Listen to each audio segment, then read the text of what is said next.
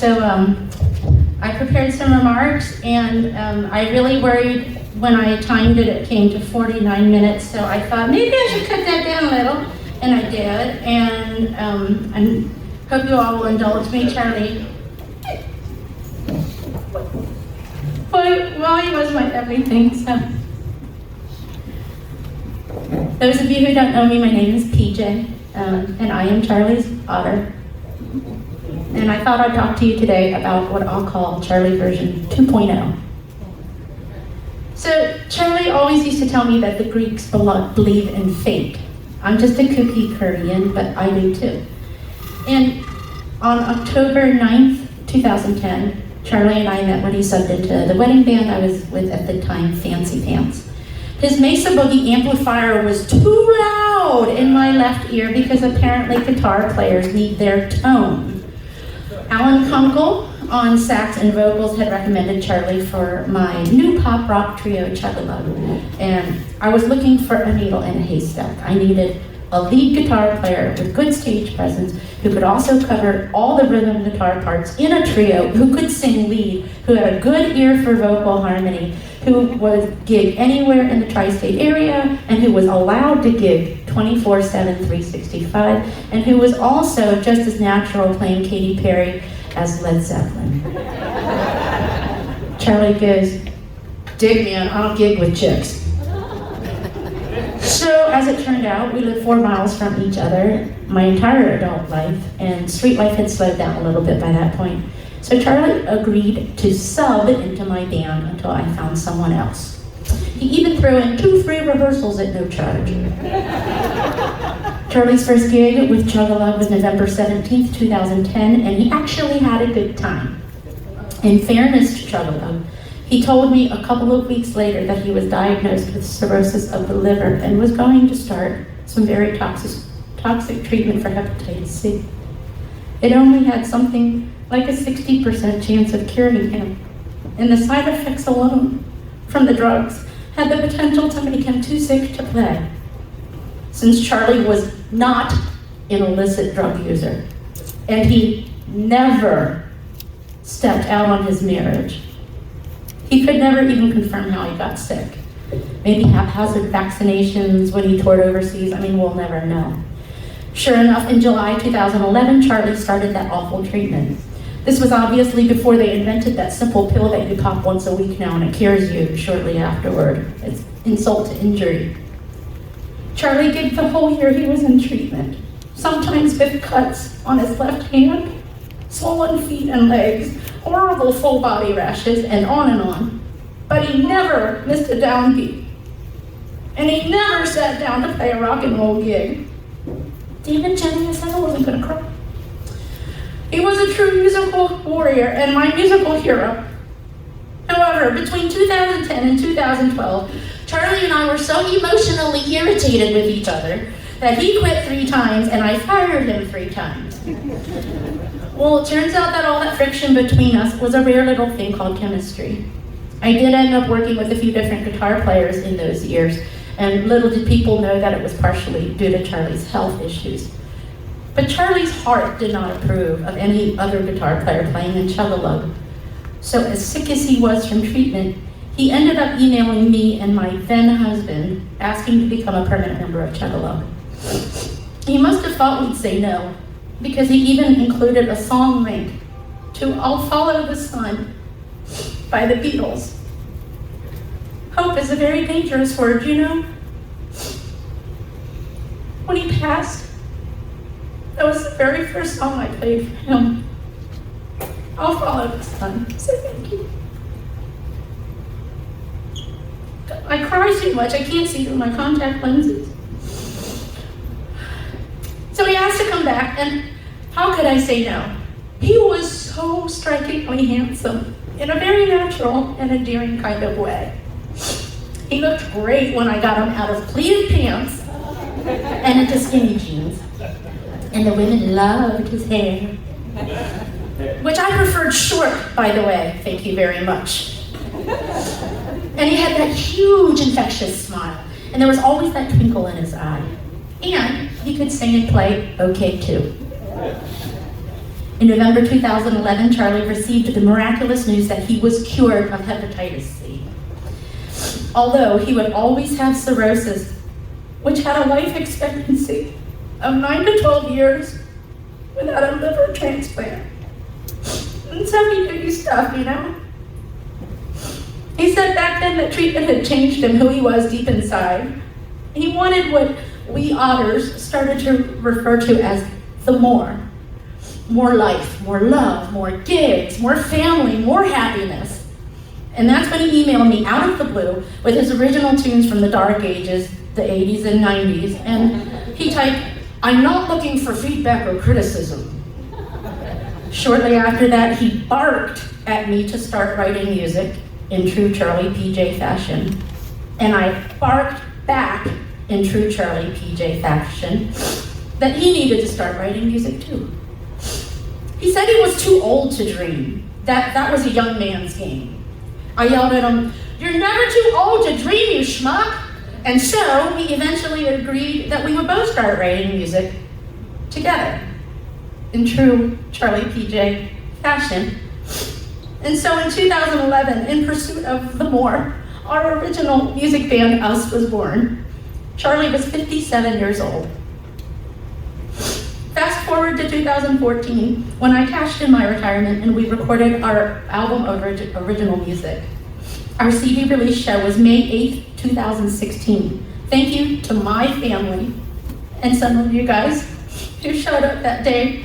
It was so special. That album and the girl he wrote the songs with, me, were his forever and ever, and he was so proud.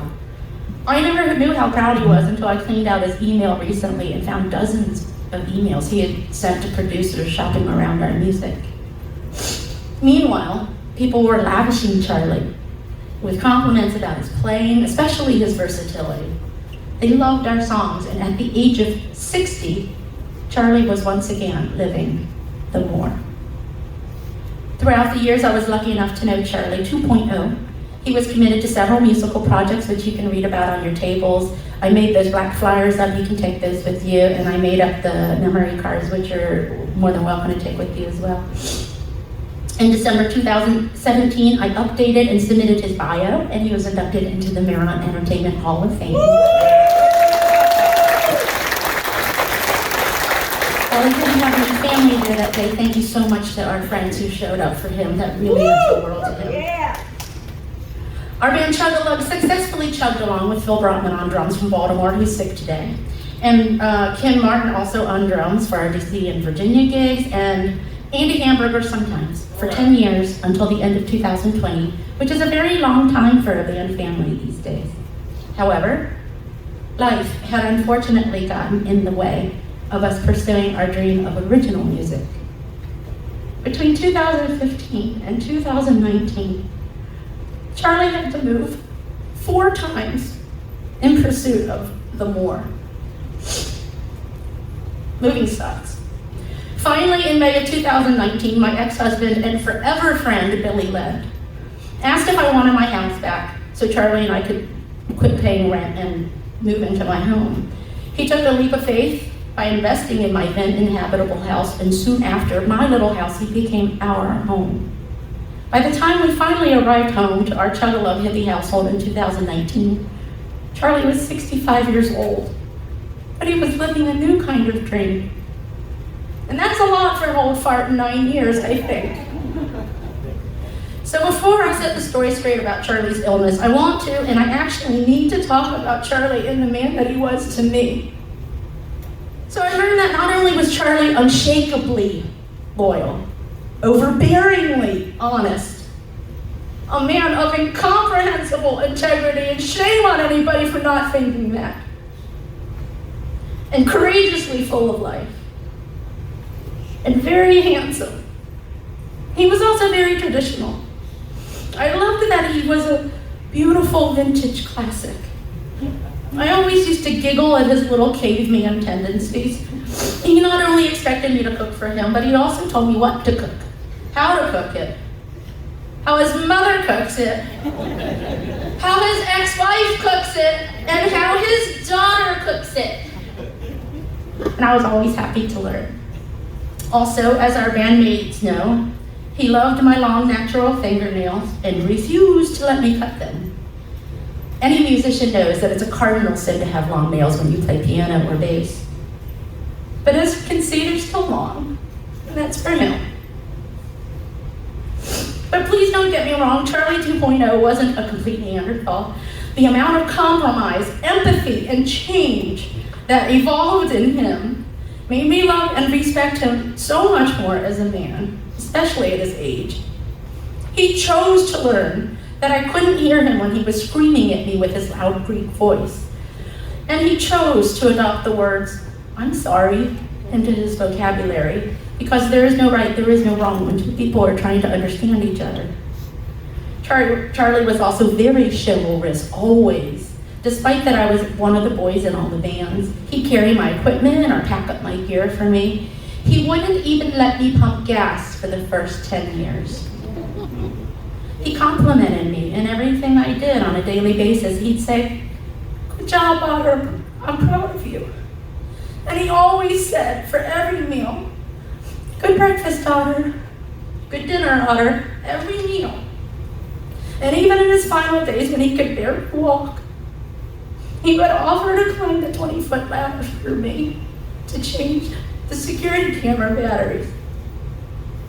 And though he expected me to take care of him when he got sick, he felt it was his duty as my man, beyond his dying day, to provide for me, his girl. I questioned whether to go on record about how Charlie died since he was so private. But since it was blasted erroneously all over Facebook, without my or his family's permission, I do want to set the story straight. Charlie did say after I'm gone, "Do what you gotta do, Otter, I'll be dead, who cares?" So, for starters, since there's this horrible stigma that goes with liver disease and us musicians, I really want to make clear Charlie was not an alcoholic. He didn't even really drink. In short, the hepatitis C from 20 years ago had caused irreversible cirrhosis of the liver and eventually non-transplantable liver cancer. But the cancer did not kill him. His liver was already very sick, and the toxic treatments that were supposed to save him made his liver even sicker. When he wound up with abdominal bleeding in July of this year, his liver was too sick to handle it. So his liver stopped working, which caused his kidneys to stop working. Charlie died of non-alcoholic liver disease and hepatorenal syndrome. He was 67 years old. You must know, though, that even though Charlie's liver and kidneys stopped working, his heart never gave up. Hope is such a dangerous word, you know. He fought until the bitter end for his mother, for me, for his kids, for his grandkids, for his family. Okay, I promise I'm kind of in the home stretch. I said earlier that we Otters believed in fate. I do believe I was meant to meet Charlie. My mother, who is here today, loved that I was the happiest and healthiest I'd ever been in my whole life with him. She said, why am I crying? She said, "I'm so happy you got your smile back, Patty." And he was always such a good provider his whole life, which actually had everything to do with effort and nothing to do with the humble amount of money that he made. He went back to teaching and hustling for solo work in his mid-60s for us because he didn't want me to go get a day job again, and he wanted me to cook for him. He invested in our rundown house so that I would always have a home and a nest egg. His death taught me to take care of myself and my body and to never take any day for granted. His life taught me that happiness is a choice and we all deserve to have it.